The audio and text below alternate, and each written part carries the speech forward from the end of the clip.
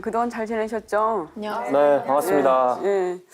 지난 시간에 전염병이 인류 역사에 미치는 영향에 대해서 공부를 했는데 어떻게 좀 기억에 나는 것들이 있어요? 저는 이제 지난 말씀에서 이제 문명은 전염병을 만들어 왔고 전염병은 이제 문명을 만들어 왔다는 말씀이 기억이 나는데요. 우리가 이렇게 발전을 위해서 이제 앞만 보고 달려왔는데 이제는 우리가 놓쳤던 것들을 이제 되돌아보고 앞으로 나아갈 방향에 대해서 깊이 고민해봐야 되지 않을까 그런 생각이 들었습니다. 갑자기 철학 시간으로 된 것 같아요. 박사님 하셔도 되겠습니다. 수정 씨는? 네, 저는 뭐 유럽 사람들이 마스크 잘 안 썼잖아요. 코로나 되게 유행하는데.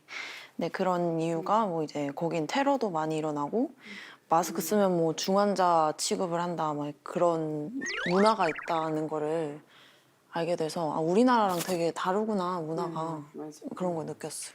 그걸 보면 우리나라가 정말 이렇게 살기 편하고 좋은 나라인 거는 확실한 것 같아요. 네. 우리나라 좋은 나라. 네, 저도 생각을 해보니까 그동안 우리가 이제 우러러보고 네. 쫓아가려고 했던 그런 선진국들이 과연 지금 오늘날 이 코로나 이후로 보니까 과연 선진국을 결정하는 그런 가치 기준이 뭔가 다시 한번 생각해보게 되거든요. 맞아. 하긴 모두 이렇게 많은 것이 참 인식이라든가 이제 그런 게 많이 바뀌게 되는 이제 그런 시간이었던 것 같아요. 실제로 이제 아까 지난번에 보여주셨던 그 코로나 발생 이후부터 몇 개월간의 미세먼지 측정을 봤을 때 굉장히 현저하게 많이 줄어들고 하늘이 이제 맑아졌다는 얘기를 듣고 확실히 이제 코로나 역설이라는 거를 이제 몸으로 또 그래프로 또 확인하게 되는 또 시간이었던 것 같아요. 최근에 정말 맑은 하늘을 정말 오랜만에 거의 매일매일 보는 정말 좋은 것 같아요. 네, 너무 좋아요. 팬데믹이 많은 희생과 이런 파괴를 가져왔긴 한데 또 그 팬데믹을 통해 가지고 우리 인류가 어떤 교훈을 배우는 것 같아요. 맞아요. 그래서 이제 오늘은 조금 더 이제 구체적으로 전염병이 인류 역사를 어떻게 바꿨는가에 대해서 이제 더 이제 설명을 좀 해주실 것 같거든요. 그래서 어떻게 한다? 좀 더 집중을 해야겠죠? 그렇죠. 예. 기대되죠. 그러면 이제 교수님을 모셔볼까요? 교수님 나와주세요.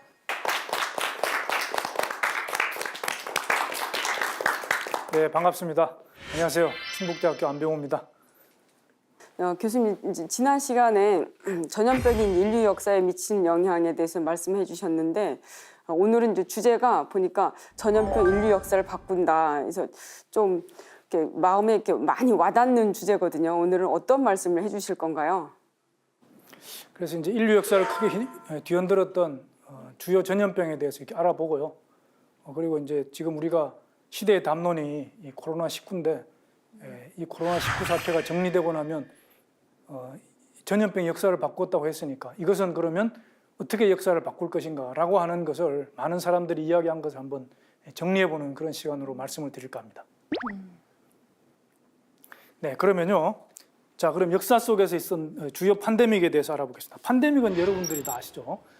범세계적인 유행병, 이것을 이제 팬데믹이라고 합니다.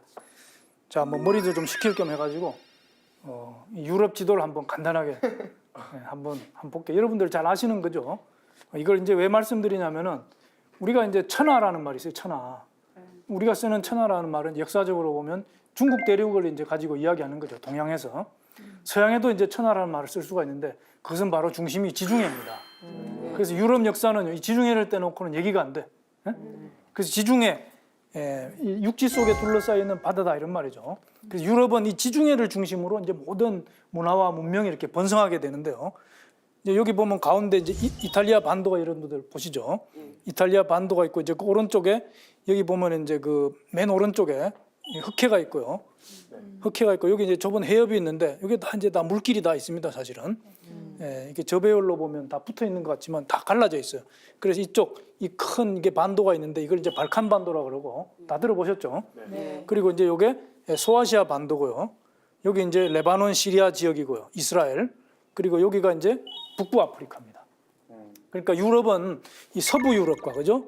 남부 유럽, 동부 유럽, 아시아, 아프리카 이런 그 여러 지역으로 이렇게 구성되어 있는 거라는 거죠. 그래서 우리가 뭐 이제 보통 보면 에게해다. 그러면 이 그리스 앞바다를 이제 에게해라 그래요. 여기 터키하고 그리스 사이, 그죠? 근데 여기 터키도 원래는 다 이제 그리스 땅이었습니다. 나중에 이제 이것이 투르크인일로 진출하면서 이게 다 뺏기게 되는 거죠. 그래서 여기 이제 많은 섬들이 있고 그 유명한 크레타 섬이 이제 여기 있고요. 그래서 여기 보면 이제 여기 오른쪽에 흑해라고 또 큰 그 바다가 또 있습니다. 흑해. 그래서 이제 우리가 알고 있는 뭐 다뉴브 강이라든지 뭐 돈강이라든지 뭐 드니에스트 강 이런 큰 강들이요.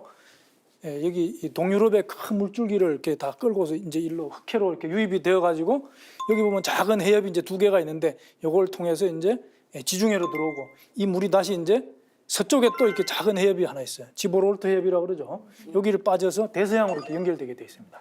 그래서 여기야말로 유럽 문명의 아주 그냥 천하의 중심지였다. 로마 제국이 사실은요. 우리가 여러분들 로마 제국이 어디라고 생각하세요? 로마 제국? 저기 유럽 전체? 이탈리아. 여러분들 대부분 물어보면 잘 모릅니다. 시대에 따라서 약간씩 다르지만 여기 이제 지중해 연안을 따라서 이제 이렇게 동그랗게 이렇게 선을 그으면은요. 여기 로마 제국이에요. 아프리카까지. 아주 넓을 때는 그렇게 다 차지하고 있었습니다. 재밌는 건 여기 이제 흑해라는 게 있죠. 그리고 요 위에 보면 또 아조프해라고 하는 또 바다가 또 있습니다. 그리고 흑해 가운데 여기 우크라이나 땅인데 크림반도가 있죠. 이제 이런 거를 이제 우리가 지리학적으로 조금 이렇게 감을 잡고 있어야 돼요. 근데 혹시 저 흑해가 있는데 왜 흑해라고 그러는지 아세요? 아니요. 물이 까마서 흑해인가? 모릅니다. 예. 이게 이제 투르크인들이 흑해라고 불렀다는 거야. 왜냐하면은 투르크인들이 볼 때 여기 터키 땅에 북쪽에 있으니까 북쪽이 오행으로 무슨 색깔이에요? 흑색입니다. 흑색이죠. 그죠? 근데 바다가 여기만 있는 게 아니고 이쪽도 있죠. 이쪽은 서쪽이죠. 그럼 서쪽은 색깔이 뭐야? 백해. 그죠? 여기는 백해라고 불렀어요. 오. 터키에서 그렇게 불렀습니다. 어. 그래서 그 투르크인들이 동방의 그런 오행 사상을 가지고 왔다. 그러니까 동방에서 왔다는 게 이제 분명한 거죠. 저런 말 속에. 지금 무슨 역사 강의하신 것 같아요. 네, 참고로 알아두세요. 아니 제가 저게 왜 흑해인가 궁금해서 찾아봤어요. 궁금해서 저게 왜 흑해인가. 그래서 이제 이런 그 지도를 이제 크게 머릿속에 그려놓고 보면 이제 제가 말씀드리려고 흑사병이라든지 이런 것들이 이제 조금 더 쉽게 와닿습니다. 자, 여러분들 제가 이제 미리 이것도 한번 물어보고 싶었는데 인류를 많이 죽게 한 질병의 순서입니다. 그죠? 우리가 알고 있는 에이즈 이게 놀랍게도 4위예요. 4위. 이게 생긴 지 얼마 안 되거든요. 한 4천만 명 죽었다는 거예요. 저 질병 때문에. 네. 그리고 세 번째가 우리가 잘 알고 있는 스페인 독감. 이게 이제 5천만에서 한 1억 명 정도 죽었다고 그래요. 이건 이제 좀 크게 잡은 거고 좁게 보는 사람은 이제 이거 반 정도로 보기도 하는데 사실 정확한 통계는요 알 수가 없습니다. 이거 왜 스페인 독감이라고 하는지 아세요? 스페인이 그거를 이제 잘 다뤄서 그런 거 아닌가요? 1차 대전 중에 이제 발생한 거죠. 1차 대전 중에 발생한 건데 스페인은 중립국이었기 때문에 참전 안 했습니다. 근데 이제 전쟁터에서 저런 전염병이 돌면은 이게 어떻게 되겠습니까? 적군한테는 기밀이에요, 아니에요? 기밀이죠. 1급 기밀이죠. 그러니까 참전국은 전부 입 닫고 있었는데 스페인이 철없이 보도를 한 겁니다. 그래서 스페인 독감이라고 부르는 거죠. 사실은 미군 병사들부터 이렇게 시작됐다 그래요. 거기에 대한 설도 여러 가지가 있습니다. 전쟁에 이렇게 동원되었던 중국인들이 이렇게 와가지고 노동자들이 와가지고 그 사람들이 퍼뜨렸다 이런 설도 있어요. 이런 설도. 자, 이 스페인 독감이 이제 3위고요. 그 다음에 이제 이 유명한 흑사병, 그죠? 이게 이제 7,500만에서 2억 명. 이게 뭐 이제 통계가 이제 좀 약간 이제 범위가 크죠. 그만큼 이제 부정확한 게 사실에 있는 거죠. 옛날에 뭐 누가 몇 명 죽었는지 다 기록하지 않고 그냥 대략적인 이제 추정치니까 이렇게 범위가 넓다는 거고요. 그러나 최소한 7,500만 명 이상은 죽었다 이렇게 봐야겠죠. 그 다음에 이제 가장 많이 인류를 죽인 질병은 바로 천연두입니다. 이 천연두, 그죠? 이 스몰폭스라고 그래, 스몰폭스.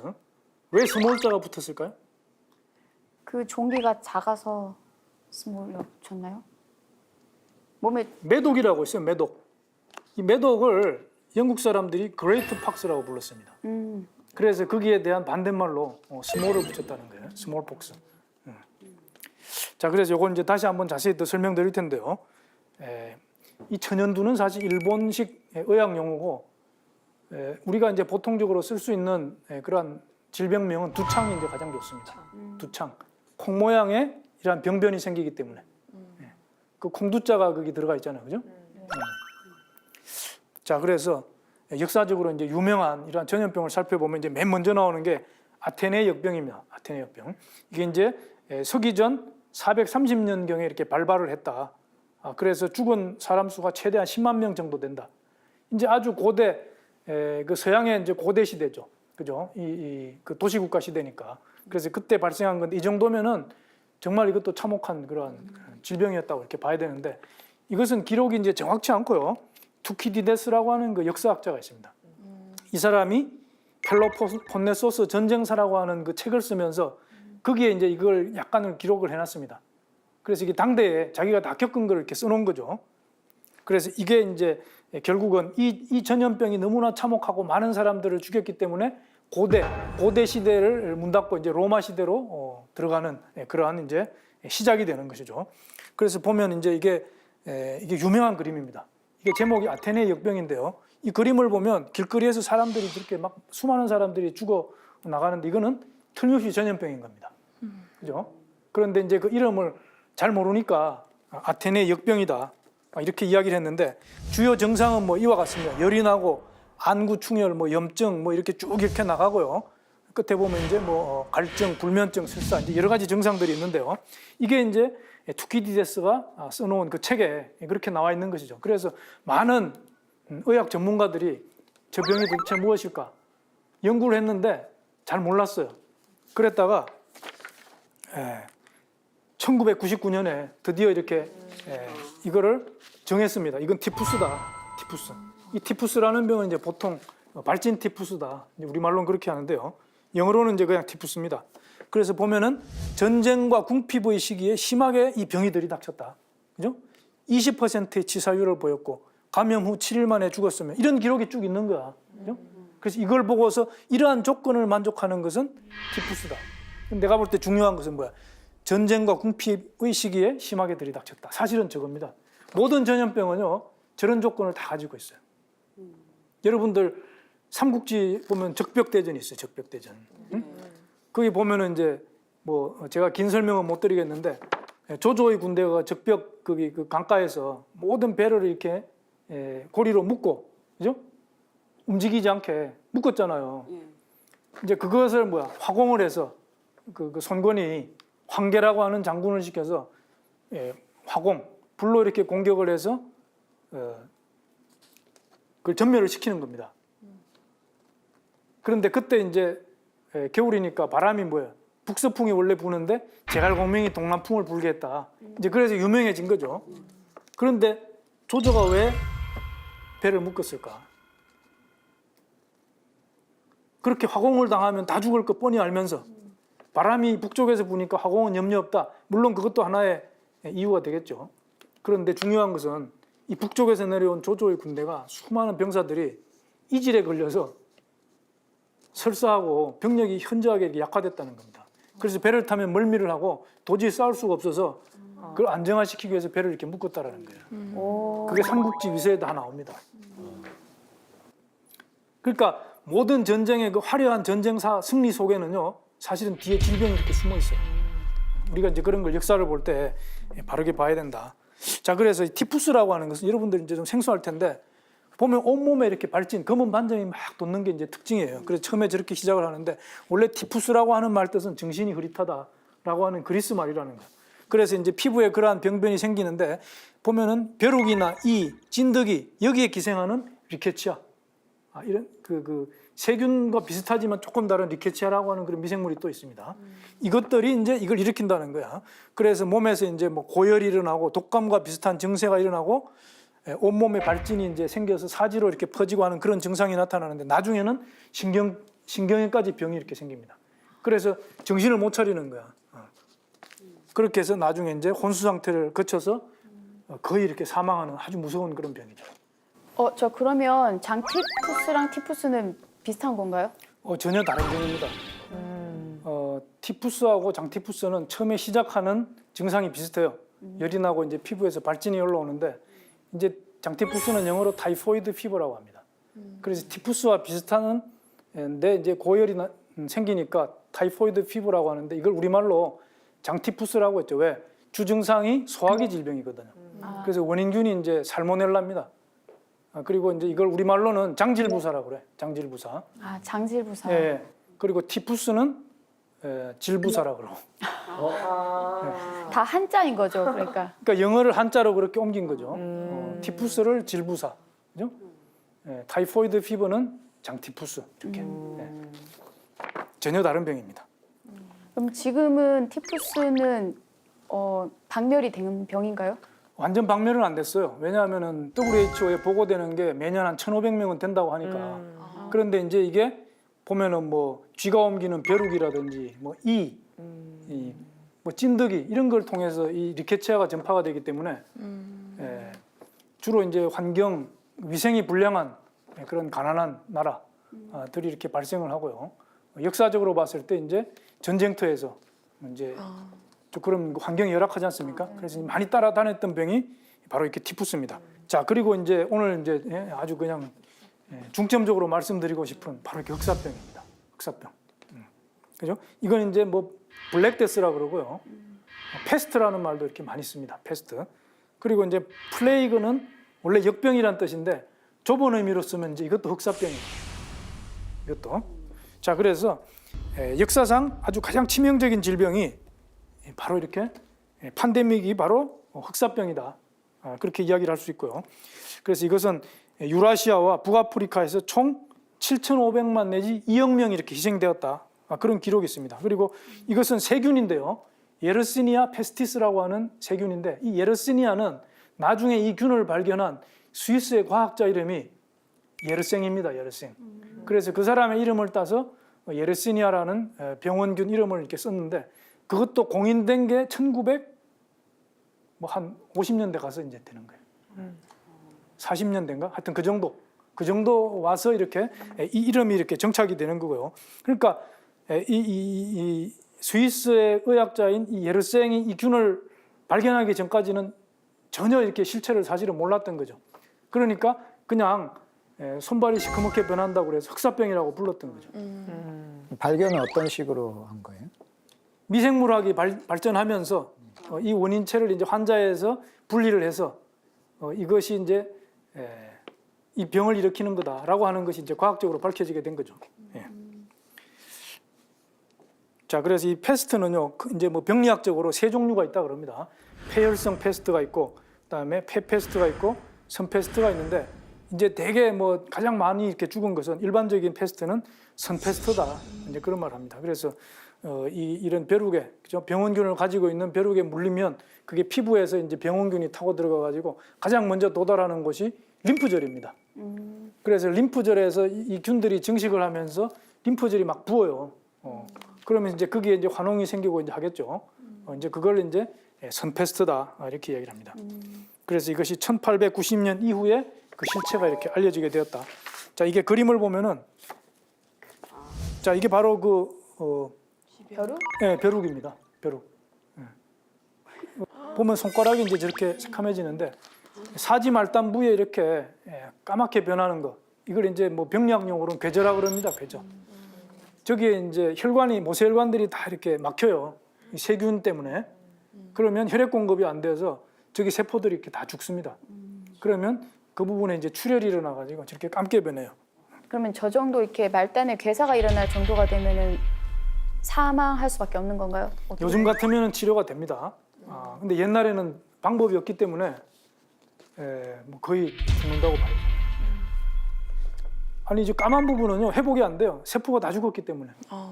그럼 지금 현대의학에서도 저렇게 괴사가 일어나면 고칠 수가 없나요? 없어요. 수술로서 이렇게 떼내야죠. 더 이상 파급이 안 되게. 절단해야 되는구나. 자, 그래서 이 패스트는요 역사적으로 보면은 팬데믹이 이제 뭐 여러 차례 있었지만 가장 대표적인 질병은 이제 두 번이 있습니다. 두 번. 그 첫 번째 발생하는 것이 유스티니아 역병이라고 하는 건데요. 자, 이거는 이제 흑사병이긴 하지만 유스티아누스라고 하는 역병이라고 하는 이름으로 이제 많이 불렀습니다. 그래서 이 시기가 보면은 541년에서 542년이라고 하기도 하고 544년이라고 하다는 자관 고식입니다. 이게 바로 뭐냐면은 로마 시대가 이제 중세 시대가 시작되는 그 시점이에요.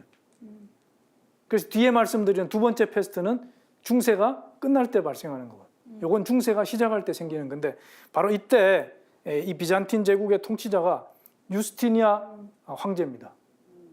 그래서 이 유스티니아 황제는요, 사실은 역사에서 보면 굉장히 유명한 분이에요. 동로마 제국. 예, 동로마 제국에. 그리고 우리가 이제 이스탄불 가면은 성 소피아 성당이라고 있습니다. 그것을 이분이 이렇게 세워요. 예, 그죠? 예.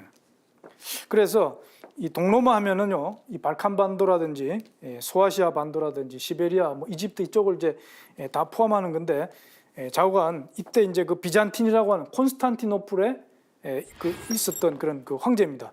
그래서 이것이 보면은 이제 뭐 한 이 뒤로도 여러 차례 발생하는데, 이 기간 동안에 굉장히 여러 번 이렇게 15 내지 17회 정도 이렇게 발생했다 그러고, 이 콘스탄티노플에서 매일 죽은 사람이요 5천에서 1만 명이라는 겁니다. 그래서 한 도시에서 죽은 총 인구가 30만 명이다.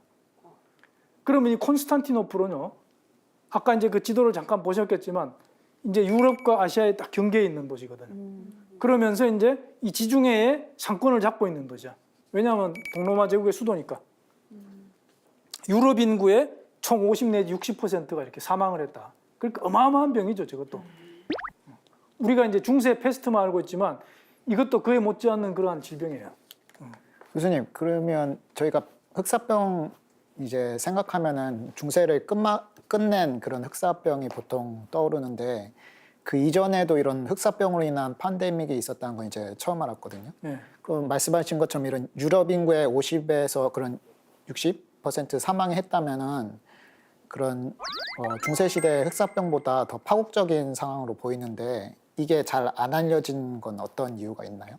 그러니까 이제 이 병은 같은 흑사병인데 유스티아누스 역병이라고 이렇게 불렀기 때문에 사람들이 흑사병인지 잘 몰랐다. 제가 생각할 땐 그래요. 네. 그러나 이제 원인균은 똑같습니다. 그러니까 똑같은 흑사병이죠. 그래서 이제 이게 뭐냐면 많은 사람들이 이렇게 죽게 되면은요, 그 사회 인구 구조가 이렇게 바뀌는 거예요, 항상. 그래서 사회적으로, 정치적으로, 뭐 경제적으로 많은 문제를 몰고 오기 때문에 한 시대의 어떤 대변혁이 일어나는 게 바로 전염병이다 이거예요. 이때 너무 많은 사람들이 막 이렇게 죽어나가니까 자식들한테 뭐야, 재산을 물려줘야 되는데 유언도 못 남기고 죽어. 그럼 이게 굉장히 혼란이 오겠죠. 그래서 이때 그런 거를 정비하기 위한 법까지 만들었다는 거예요. 유산을 이렇게 제대로 해주기 위한. 그러니까 유언이 없이 죽었을 때 어떻게 할 거냐, 뭐 이런 거 있잖아요. 그런 법까지 만들어질 정도니까 이게 얼마나 많은 사람들을 죽였냐. 그래서 이것 때문에 유럽이 고대 그 로마 시대를 문 닫고 중세 시대로, 우리가 중세 시대 하면은요 약 한 6세기부터 16세기까지 1000년 정도를 이제 보통 이야기를 해요. 그래서 이때 이제 로마 시대가 그러니까 이제 여기서 말하는 로마 시대는 서로마 시대입니다. 서로마 시대가 끝나고 동로마 시대가 사실은 뭐야, 1000년간 또 가죠. 그래서 그 동로마가 완전히 문 닫을 때 중세가 망했다 이렇게 이야기를 합니다. 그래서 여기서 결론적으로 중세가 시작될 때 패스트로 시작했고, 그죠? 중세가 문 닫는 것도 패스트로 문 닫게 된다라고 하는 그런, 그죠? 자, 그래서요, 이 그림은요, 제목이 죽음의 승리입니다. 죽음이 이겼다 이거야.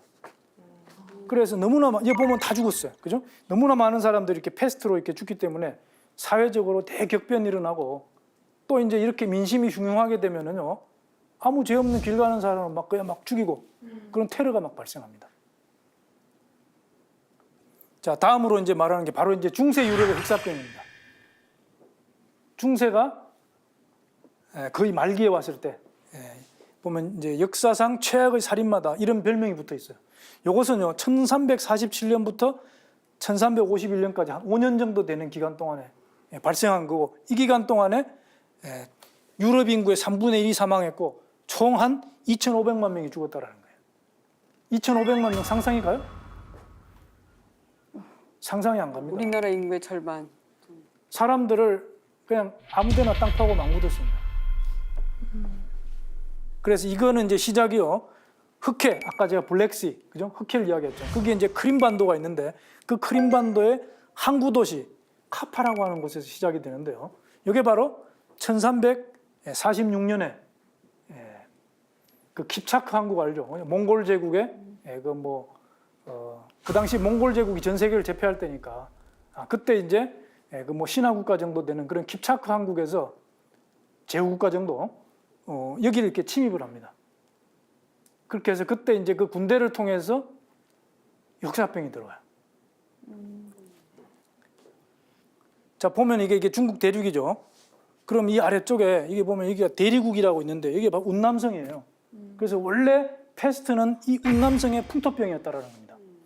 그래서 이게 몽케라고 하는 그 몽골의 황제가 이 송나라를 이렇게 집어삼키려고 침공했다가 패스트 때문에 후퇴를 하게 됩니다. 그래서 베이징으로 갔는데 이 당시에 이제 지구의 어떤 그 기후 대변화가 와가지고 상당히 그 저온 상태, 기후가 이렇게 낮았대요. 그래서 전염병이 이렇게 굉장히 창궐하게 되면서 베이징에도 많은 사람들이 감염되어 죽고요. 그러면서 이제 이 군대를 따라서 서쪽으로 이렇게 이동을 하면서 이게 전파가 되었다라는 거죠. 그래서 이게 몽케 황제의 이게 그림이고요.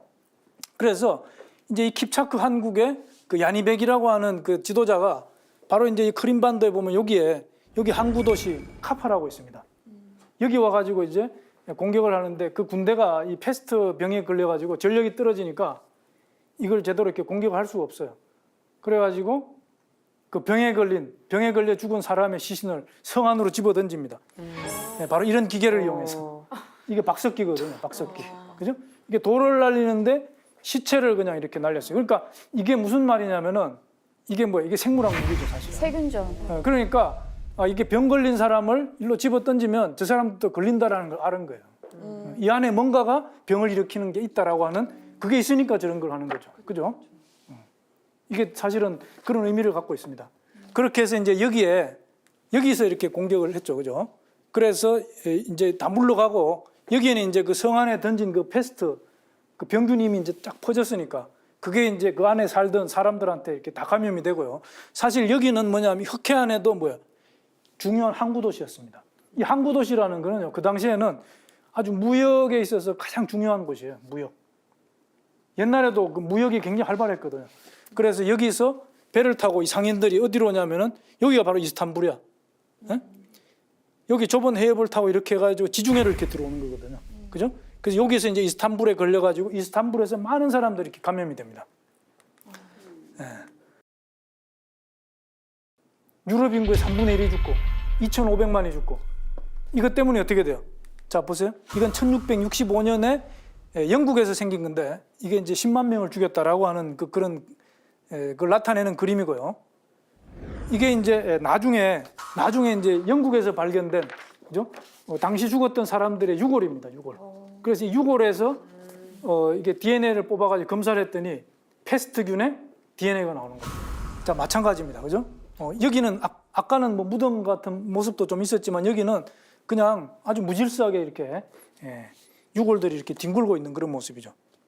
과거 이런 중세 시대라든지 이때 동서양의 교류가 굉장히 활발했다는 걸 이제 우리가 알 수가 있습니다. 그게 이제 우리가 오늘날 알고 있는 바로 이렇게 실크로드죠. 그래서 여기 보면은 이제 중국 장안에서 이렇게 시작이 되어가지고 여러 루트가 있죠, 그죠? 이 파미르 고원의 북쪽, 이 타클라마칸 사막이 이제 여기 이렇게 있는데 여기에 여러 곳을 이렇게 루트를 통해서 결국은 뭐 아라비아를 거쳐서 저렇게 유럽까지 이렇게 가는 겁니다. 이게 장장 한 6,400km 정도 된대요. 그러면 이제 저런 길을 통해서 여기에서 많이 나는 값싼 물건을 저쪽으로 가서 비싸게 파는 거죠. 주로 여기서 뭐가 나겠습니까? 비단. 그렇죠, 비단. 그래서 이름이 실크로드예요. 실크로드. 그런데 저러한 교역로를 따라서 이러한 질병이 쉽게 퍼지게 되었다라고 하는 거죠. 자, 그런데 이런 실크로드 말고요, 이 북쪽, 그죠? 이 실크로드는 아까 이쪽으로 이렇게 있었는데 이 북쪽으로 이렇게 보면은 색깔이 전혀 다른 부분이 있죠. 이걸 이제 우리가 유라시안 스텝 지역이라고 그래요. 스텝 벨트라고 그럽니다. 이 스텝이 뭐냐면 초원지대. 산이 없고 아주 낮은 풀만, 그죠? 이렇게 쭉 있는 이 대평원이 저렇게 넓은 지역에 걸쳐 펼쳐져 있어요. 그러니까 북방 유목민들의 활무대죠, 저기가 바로. 그래서 저런 실크로드도 있고 저런 북방의 스텝벨트도 이렇게 있기 때문에 이런 것들이 전부 동서양이 이렇게 소통이 되는 그러한 그 루트로서 굉장히 중요한 역할을 했고 그런 것들이 다 질병을 퍼뜨렸단 말이야. 자, 이 그림은 여러분들 많이 익숙하죠? 흑사병 의사. 네, 흑사병 의사입니다. 흑사병을 치료할 때 저런 모습을 이렇게 했다는 거예요. 재밌습니다, 아주. 굉장히 괴물 같죠? 저 왜 저렇게 했을까요? 이렇게 균을 막으려고. 감염을 막으려고. 비슷한데 조금 틀려요. 마스크 쓰기 싫으니까 복면을 쓰고 까마귀 복면. 저 때는요, 세균이라는 걸 몰랐어요, 그죠? 세균은 19세기 후반에 나오잖아. 그래서 나쁜 냄새, 그죠? 미아즈마라고 그래, 미아즈마. 그 미아즈마가 병을 일으킨다 생각한 겁니다. 그래서 그 미아즈마를 막기 위해서 이렇게 새부리처럼 이렇게 튀어나온 이런 마스크를 쓰고 그 안에는 뭐야? 방향제를 넣었다는 거야. 좋은 향기 나게. 그렇게 해서 저런 옷을 입고 이렇게 의사가 환자의 그 피를 이렇게 막 사열하면서 그렇게 하면 치료가 될 줄 알고 이렇게 했다는 거예요. 그런데 피를 뽑으면 사실은 그 환자가 더 빨리 죽을 뿐만 아니라 그 피를 통해서 다른 사람한테 감염도 더 쉽게 되겠죠. 그런데 왜 사혈을 했는데요? 그 피를 뽑아야지 뭐 이렇게 치료가 된다라고 생각을 했겠죠, 그때. 뭔가 효과는 있었나요? 뭐 없겠죠. 그런데 이제 아무것도 안 한 것보다는 난데 사실은 이게 뭐 호흡기를 통해서 감염되는 병이 아니니까 실제로 뭐 거의 없다고 봐야죠. 접촉으로 감염되는 거야, 접촉. 그래서 이 흑사병을 전후한 잉글랜드 인구와 1인당 소득의 관계를 나타낸 그래프가 있는데 이게 재밌습니다. 여기에 흑사병이 딱 발생했죠. 그러면은 여기 1인당 소득이에요. 1인당 소득이 흑사병이 발생하고 나서부터 급격하게 올라갑니다. 그리고 흑사병이 발생하고 나서부터 잉글랜드 인구가 감소하죠. 그러니까 노동력을 이렇게 상실하는 거야. 노동하는 인구가 줄어들어서 소득은 늘어나. 인건비가 당연히 올라가는 거죠. 그러니까 이게 무슨 일이 생기겠습니까? 가난한 사람들이 부자가 돼요. 부자가 망한다는 거야. 아, 부자가 망한다. 왜냐하면은 부자가 저기 농노, 그죠? 농사를 이렇게 시키는 그런 노예를, 뭐 그 노비죠. 노비들한테 월급을 주고 일을 시켜야 되는데 다 줄 거 없어. 그러니까 인건비가 뛸 거 아니에요, 당연히. 그러니까 전에 100원 주던 거를 뭐 400원, 500원 줘야 되니까 이거 어떻게 감당합니까? 농사지은 수확물 가지고는 감당이 안 되는 거죠. 그래서 부의 재분배가 일어나는 겁니다. 그러면서 이게 지배계층이 무너지기 시작하는 거예요. 그래서 중세가 이제 망하게 된다는 거죠. 농노가 많이 죽고 노동력이 부족하고 임금이 상승되고 그러니까 농노들의 신분이 그냥 노비가 아니고요. 지주, 소작인 수준으로 이렇게 자꾸 올라갑니다. 그래서 이것 때문에 자본주의가 시작되는 깃털이 마련됐다는 겁니다. 기가 막힌 이야기죠. 이 패스트가 역사에 얼마나 큰 영향을 미쳤냐. 우리가 이런 걸 보면은요, 알 수 있습니다. 그래서 중세 시대가 이렇게 해서 끝나고 근대가 이렇게 시작이 되는 그런 결정적인 계기가 바로 이렇게 패스트가 이렇게 준 거다. 교수님, 그러면 팬데믹의 충격이 크면 클수록 인류 역사의 방향이 바뀌는 그런 것도 그게 훨씬 크다고 강하죠. 할 수 아, 그렇죠. 왜냐하면 사람들이 많이 죽으니까. 그리고 보면은 인구 구조가 막 바뀌어요. 예를 들어서 뭐 스페인 독감 때 젊은 사람들이 많이 죽었거든요. 그리고 일하는 사람들이 죽게 되니까 어떻게 됩니까? 세계 경제가 침체되죠. 그래서 우리는 뭐 미국에서 온 대공황만 생각하는데 1차 대전 이후에도 그런 경제공황이 많이 있었습니다. 그런 것들이 이제 이 사회에 보이지 않는 그런 많은 변혁을 초래하는 것이고요. 그래서 제가 이제 마지막에 말씀드릴 게 코로나 사태도 그런 걸 다 대비를 해야 된다는 겁니다. 자, 그리고 이제 마지막으로 살펴볼 게 이제 천연두죠. 이 천연두는 이제 스몰폭스라 그러고요. 이게 이제 마마라 그래, 마마. 마마. 맞습니다. 그거예요. 그거 똑같아요. 근데 왜 마마죠? 마라는 게요. 극존칭이야, 극존칭. 상간마마 할 때 맞자가. 그래서 이것을 일으키는 신이 있다. 그래서 그 신한테 극존칭을 써가면서 뭐 이렇게 제물도 바치고 제사도 지내고 하면서 잘 이렇게 달래어서 그죠? 하면은 신이 떠나면 낫는다. 그래서 그걸 마마신이라고 그러는 거야. 그만큼 뭐 이 시두신을 높이 떠받들었던 겁니다. 그리고 이제 또 손님이다. 일반적으로 이제 두창이라고 부르고 또 시두라는 말도 쓰죠. 천연두는 일본 사람들이 쓴 말인데 저건 이제 사실은 좀 고쳐야 돼요. 자, 그래서 이것이 이제 인류사 최초의 전염병이고 왼쪽에 이제 그 바이러스 그림이 있는데요. 자, 저런 건 다 넘어가고 가장 많은 희생자를 냈다. 천연두 빼고 전염병을 이야기할 수가 없어요. 그러면서도 인류가 정복한 유일한 전염병이죠. 인류가 정복을 했어요. 사람의 전염병 중에. 지금 왜 정복이 됐을까요?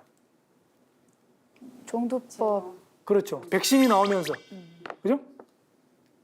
근데 백신이 있는 질병이 많은데 왜 저것만 정복됐죠?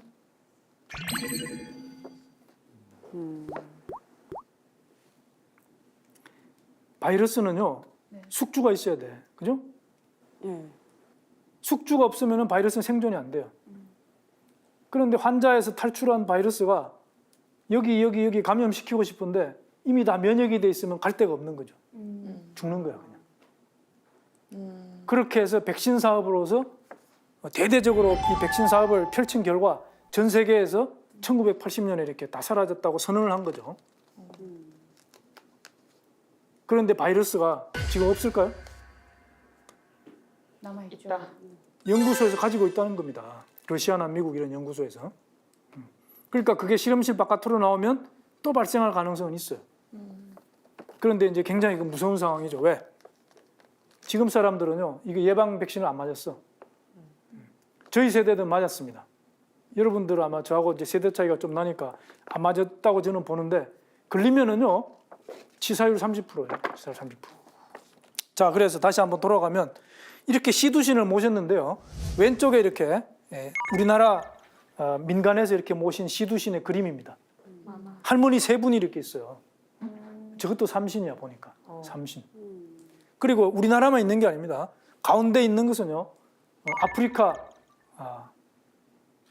그 요르바족인가 하는 그 종족이 이렇게 받들어 모셨던 소포나 신이고요. 소포나 신 이름이 소포나입니다. 그리고 인도에서 생겼던 시탈라마타. 우리도 그렇고 여기도 그렇고 다 여신이에요, 여신.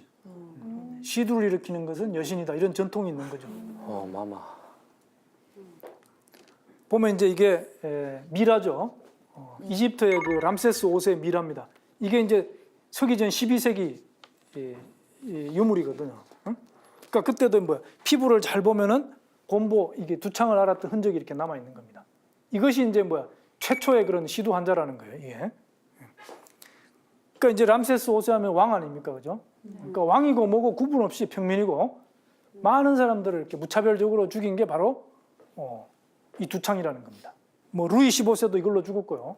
뭐 이거 말고도 수많은 그런 제왕들이 여기에 당했어요. 자, 안토니우스 역병이라고 있습니다. 이것도 천연두예요. 이건 이제 갈렌이라고 하는 사람이 이렇게 잘 그 글을 정리해 놨기 때문에 또 갈렌 역병이다. 그렇게 얘기를 하는데 이 안토니우스는 바로 마르쿠스 아우렐리우스 안토니우스 그 로마 황제입니다. 근데 이때 이제 로마 황제가 둘이었어요. 동시에. 되게 좀 특이한 케이스죠. 그래서 이복 형제가 둘이가 왕이었는데요. 자, 이때 페르시아와의 전쟁에서 기환한 군인들에서 이게 발생을 한 겁니다. 그래서 이게 하루에 2,000명 이상 이렇게 사망을 했고 총 치사율은 25%. 총 500만 명이 사망했다. 그러니까 이것도 뭐야? 이 로마에 어마어마한 그 영향을 줬겠죠. 그죠? 사회적으로, 정치적으로. 그리고 이복형 루키우스 베루스라고 하는 황제가 둘이었다 그랬죠. 그 이복형이 죽습니다. 자, 이 질병도 너무 오래됐기 때문에 정확히 저게 천연두냐 약간의 의문은 있지만 많은 사람들이 천연두일 거라고 봅니다. 그리고 이제 이때 항상 로마 제국은 뭐냐면은 이 북쪽에서 게르만족, 고트족이라고 그래. 끊임없이 남진을 하면서 막 괴롭히거든요. 그래서 이게 이 안토니우스 마르쿠스 아우레올리우스 황제가 군대를 거느리고 그거를 이제 잘 막고 있었는데 이 천연두가 오면서 힘이 많이 약해진 겁니다. 그래서 게르만 민족이 본격적으로 남진하게 된 계기가 되는 거죠. 이 게르만 민족 때문에 나중에 서로마 제국이 멸망하는 거죠. 자, 한나라에도요 중국 한나라 알죠? 중국 한나라에도 천연두가 있습니다. 그런데 이 천연두가 로마로 간 거다.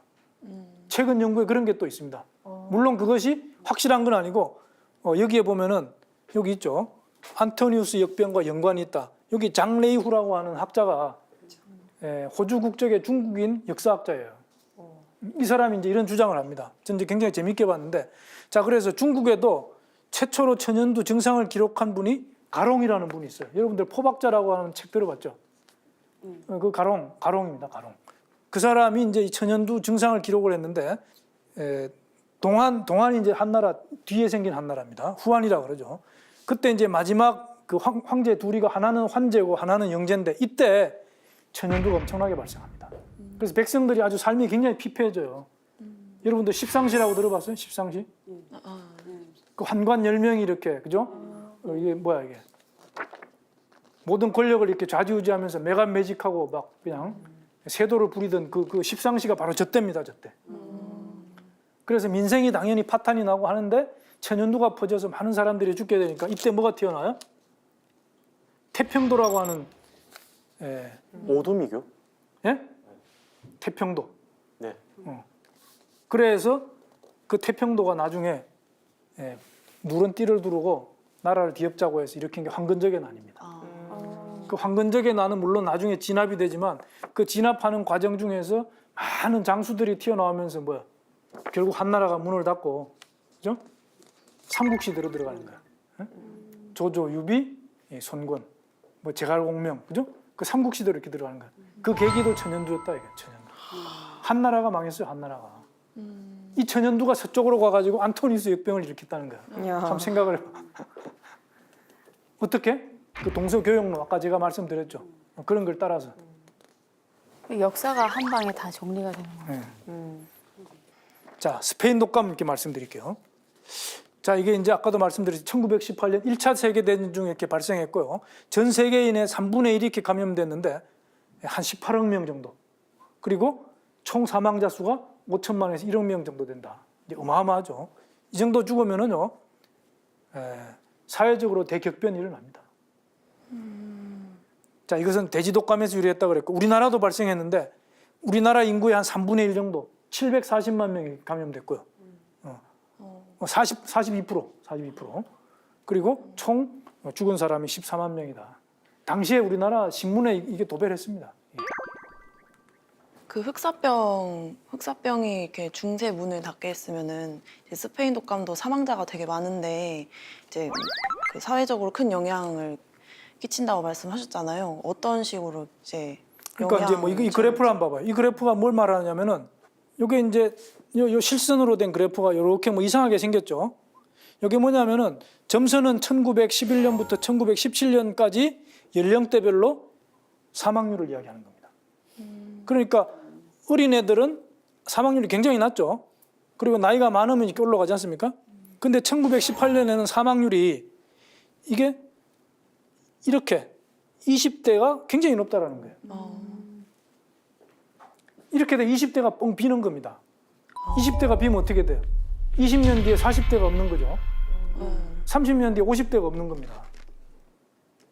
그러면 세대 간의 이게 단절, 인구가 완전히 단절이다.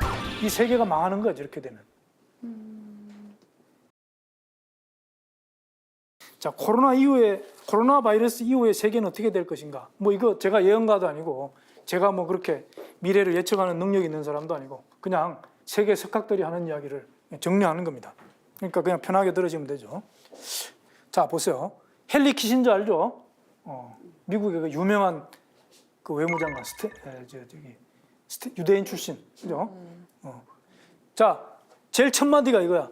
코로나19로 세계 질서가 바뀔 것이다. 자유 질서가 물러가고 과거의 성곽도시가 다시 도래할 수 있다. 이게 굉장히 충격적인 얘기입니다. 성곽도시가 뭐예요? 이렇게 방어하고 있는 그러니까 폐쇄된 사회. 폐쇄된 사회. 폐쇄된 사회죠. 교류되는 사회가 아니고. 왜 저런 말이 나왔냐면은 지금 뭐 이태리가 마스크를 못 만든다 이거야. 왜? 수입하면 되니까. 응? 미국 가보세요. 그 자잘한 공산품들은 전부 다 중국에서 수입합니다. 그러니까 마스크를 만들지 못해요. 국제적으로 분업화가 돼 있다 이거죠. 그런데 이번에 뭐야? 이런 물자 대란 사태를 겪으면서 그게 아니고 우리가 자급자족해야 된다라는 거야. 그게 성곽도시죠. 그러니까 전 세계 간의 어떤 이런 네트워크 이렇게 어떻게 보면 차단되는 거죠. 그죠? 다른 나라에 이렇게 분업화되어 있던 이런 시스템에 큰 이제 변화가 온다라는 겁니다. 자, 뭐 이런 것도 있고요. 유발 하라리가 또 이제 이게 파이낸셜 타임즈에 이렇게 기고한 건데요. 지금 국제사회에 어른이 없는 것 같다. 미국 트럼프 대통령이 이제 그 뭐야 자국 중심주의 그런 정책 때문에 이제 저런 말을 하는 거죠. 이 냉전 사회에서는 미국이 세계 경찰 국가 노릇하면서 뭐 온갖 군데 간섭 안 한 데가 없었죠. 근데 이제 지금 미국도 뭐야 자기 살기 바쁜 거예요 지금. 국제사회 어른이 없다. 그래서 미국은 글로벌 리더 역할을 포기했다. 자, 분열은 위기를 연장시킬 뿐만 아니라 미래에 대한 더 심각한 재앙을 초래한다. 분열을 하면. 아까 성곽도시라는 것은 분열이에요. 근데 그것은 더 심각한 위기를 초래한다. 그렇지만 연대를 하면 코로나19뿐만 아니라 모든 미래 전염병과 위기에 대한 승리가 될 것이다. 그러니까 분열하는 것이 아니고 다시 이렇게 뭐야 통합을 해야 된다는 겁니다. 같은 석학인데 서로 다른 소리를 하고 있어요. 지금 보면은 중국의 책임론이 이렇게 막 요동치고 있습니다. 지금 트럼프가 지금 미국 내부 사정이 너무 시끄러우니까 그죠? 지금 말만 저러고 있죠. 코로나 사태가 진정되고 나면 행동으로 옮길지 모릅니다. 근데 여러분들 역사적으로 보면은 올해가 경자년이죠. 2020년.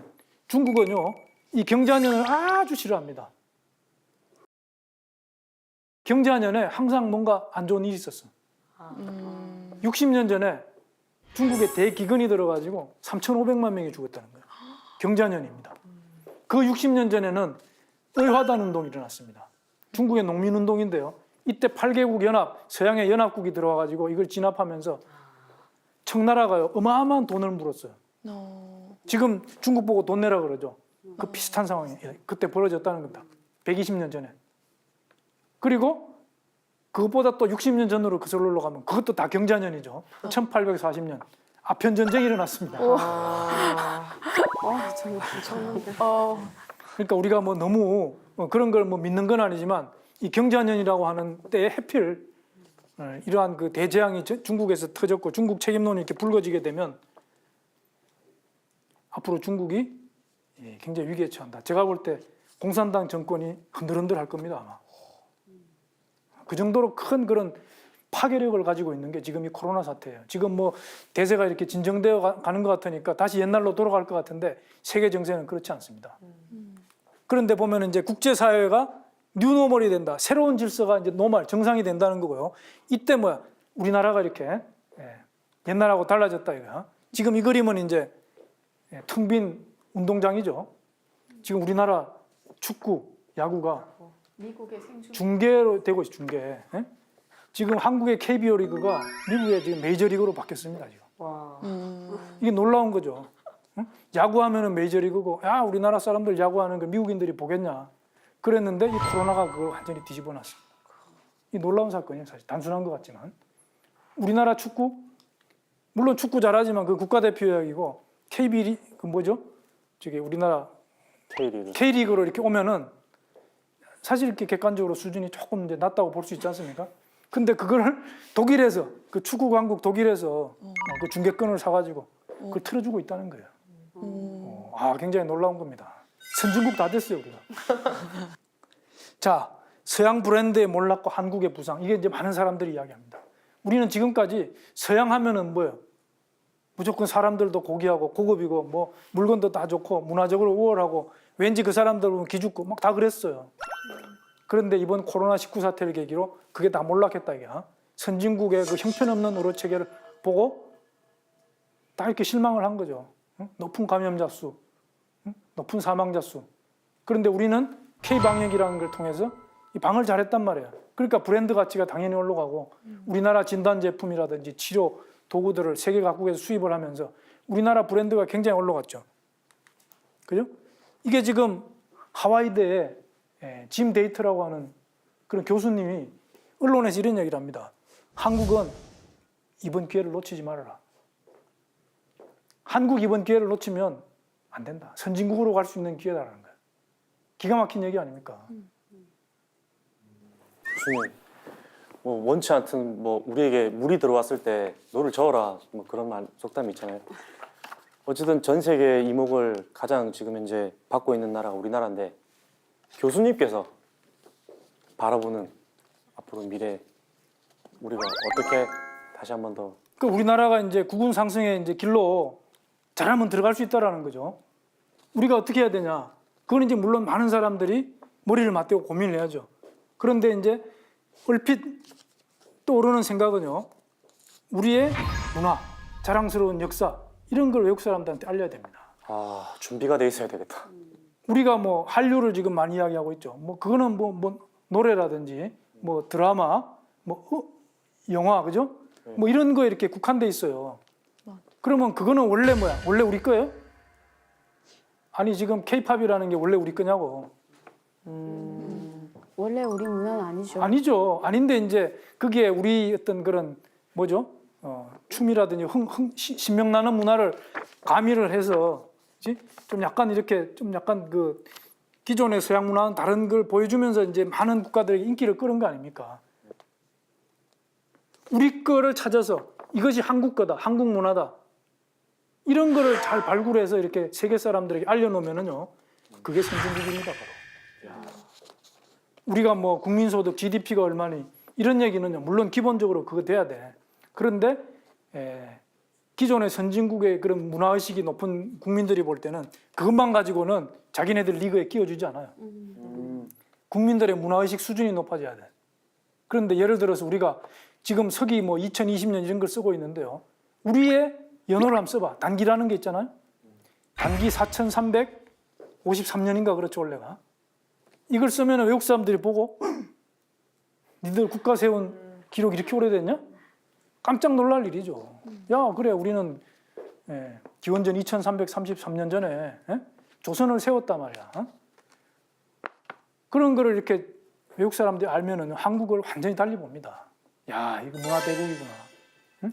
중국 문화도 다르고 일본 문화도 다른. 응? 이거는 진짜 한국 거구나. 그걸 알면은요, 한국을 절대 우습게 보지 못합니다. 한국을 우습게 보지 못하면 무슨 일이 생기냐? 한국 물건이 굉장히 잘 팔려요. 한국 언어를 배우려는 사람들이 엄청나게 늘어납니다. 지금 미국이나 캐나다에서 원어민들 와가지고 우리 막 영어 가르쳐주는 사람들 많지 않습니까? 반대로 우리가 가서 그거 할 수 있어요. 한국말. 한글이 얼마나 과학적이에요? 이런 거 쫙 여러분들이 가서 응? 한국말 가르쳐주고 그 문화대사죠. 그 선진국은 그렇게 돼야 돼요. 여러분들 우리 한글을 외국인들에게 가르쳐줄 수 있는 능력 이거 있어야 됩니다. 이거 있어야 돼요. 우리 한국은 뭐야? 어떤 역사를 가지고 있고 우리의 본래 고유 신앙이나 사상은 뭐가 있고 이런 걸 알아야 돼요. 그냥 뭐 단순히 그냥 우리 겉으로 보이는 그런 모습만 가지고 뭐 K-팝 뭐 영화 이런 거 가지고는요 1시간 얘기하면 끝이야. 그 중심에 우리 STV 상생 방송이 있다 이거 아니겠습니까? 있다는 거 아니겠습니까? 네. 제일 중요한 건 문화예요, 문화. 그래서 김구 선생도 나는 이 독립된 우리나라가 문화 국가가 되면 제일 좋겠다 그런 얘기 한 거 아닙니까? 그 대단한 이야기거든요. 그게 언제적 이야기입니까? 일제시대 때 이야기, 일제시대. 나라도 없을 때. 일제 압제에 눌려가지고 신음소리 또 못 낼 그런 어려운 시기에 독립되고 나면 문화국가가 되면 좋겠다라는 거예요. 자, 그리고 이제 또 많은 사람들이 코로나 2차 대유행 이렇게 온다. 이게 준비해야 된다 이런 얘기를 하는데 이거 왜 이런 얘기를 하겠어요? 스페인 독감이 그랬던 겁니다. 스페인 독감, 우리가 알고 있는 스페인 독감의 대유행은요, 그 2차 유행이에요, 2차 유행. 1차는 사실 봄에 이렇게 한번 왔었는데 그건 약하게 지나갔죠. 지금 우리가 진단을 해서 격리시키고 하기 때문에 이 바이러스에 전혀 노출이 안 된 사람이 대부분이죠. 이런 사람들이 다시 2차로 이렇게 올 때는 무방비로 다 감염될 수가 있습니다. 그러니까 우리가 이런 이야기들을 뭐 설마 그렇겠냐 이렇게 흘려들 게 아니라 대비를 해야 되는 겁니다. 자, 그래서 이제 드디어 마침내 이야기를 이제 마무리 지어야 되는데요. 자, 처음에 제가 이제 지금은 뭐야? 죽음을 이야기할 때다라고 하는 뉴욕타임즈 기사를 이렇게 소개를 해드렸는데 사실은 뭐예요? 죽음을 이야기하지만 어떻게 하면 살 수 있는가? 우리가 이걸 이렇게 이야기를 해야 됩니다. 생존의 문제. 지금은 생존을 이렇게 이야기할 수 있어야 되고요. 자, 그래서 이 코로나 사태는 분명히 인류 역사를 이렇게 바꿉니다. 그래서 우리는 당연히 이렇게 생존 문제에 관심을 가져야 돼요. 그 생존은 나의 문제이고, 나의 가족의 문제이고, 내 이웃의 문제이고, 우리 모든 공동체들의 문제고, 우리 사회, 우리의 문제라는 겁니다. 이게 생존이라는 것만큼 이렇게 소중한 가치는 없어요. 새로운 시대가 열리는데 죽어버리면 어떻게 해요? 그죠? 그 시대를 새로운 뉴노멀의 시대를 이끌고 가려면은 우리가 앞으로 저런 2차 대유행이 닥칠 때, 그죠? 이거 말고 또 다른 대전염병이 또 올 수가 있습니다. 항상 대비를 철저히 하고 준비를 해야 우리가 밝은 세계를 이렇게 맞이할 수가 있습니다. 우리가 지금까지 전염병 역사를 쭉 살펴봤는데 그 전염병 때문에 종말되진 않았죠. 종말이 왔으면 우리가 지금 이렇게 못하니까 분명히 다음 세계로 이렇게 넘어갑니다. 문제는 어떻게 넘어가냐? 그 고비가 문제인 것이죠. 그리고 그 다음 세계를 어떻게 끌고 가냐? 항상 대전염병이 유행할 때는 새로운 역사를 이렇게 넘어갔다라는 거예요. 우리가 옛날을 되돌아보면 미래를 알 수가 있는 겁니다. 그죠? 우리가 그런 걸 이렇게 꼭 염두에 두고 우리 오늘의 이 사태를 아주 엄중하게 바라보고 생존의 문제를 많은 고민을 해야 되지 않나 그런 생각을 하면서 오늘 말씀을 모두 마치겠습니다. 감사합니다.